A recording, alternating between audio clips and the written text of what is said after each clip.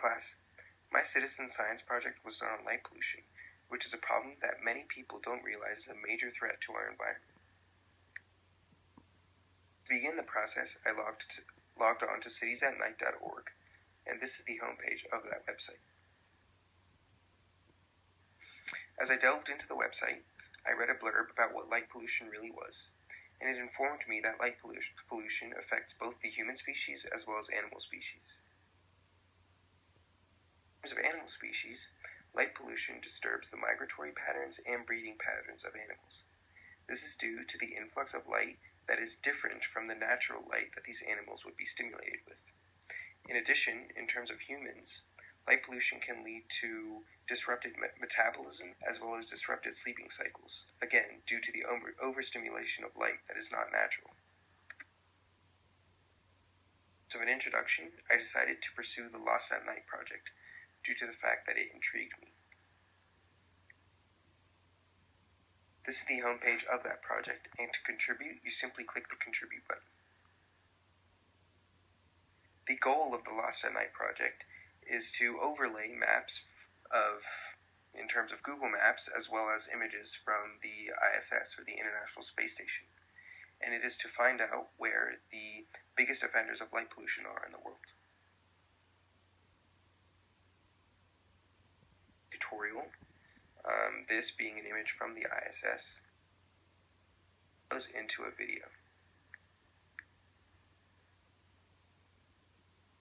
The first step, as seen, is to analyze an image on the left from the International Space Station with an image in the middle from Google Maps, and an image on the right, which is a broad view with a light over display. In terms of identifying, each image produces a different view, and the red dots are the locations that I have tagged. The point is to match the location accurately using all three images. The color-coded arrows indicate the factors that I realized were similar, and what led me to the conclusion of this location being correct. Identifications. As you can see, the color-coded arrows point to the exact same areas in each image.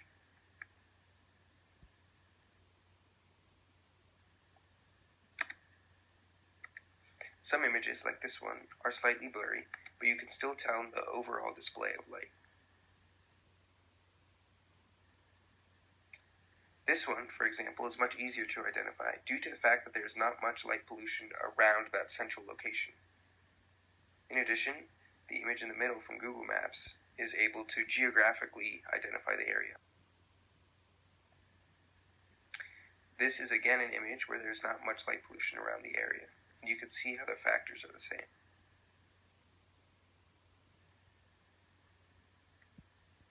Again, another matching of factors with the color-coded arrows. This is also a much clearer image where all three different images from different sources match up correctly.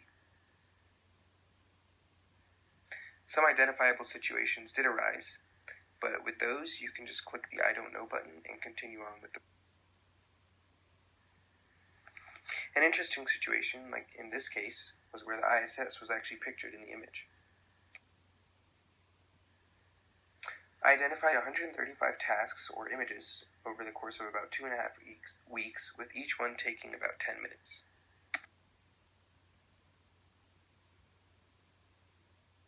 I learned that to solve the problem, it really comes down to human interaction, and what we can do is make sure to turn off light switches or change to more efficient light bulbs or more efficient fixtures, like on the image on the right, that minimize light pollution.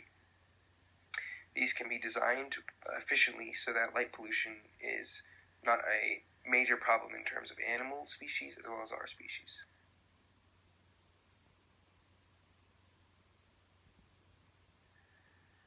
And here are some sources and additional information.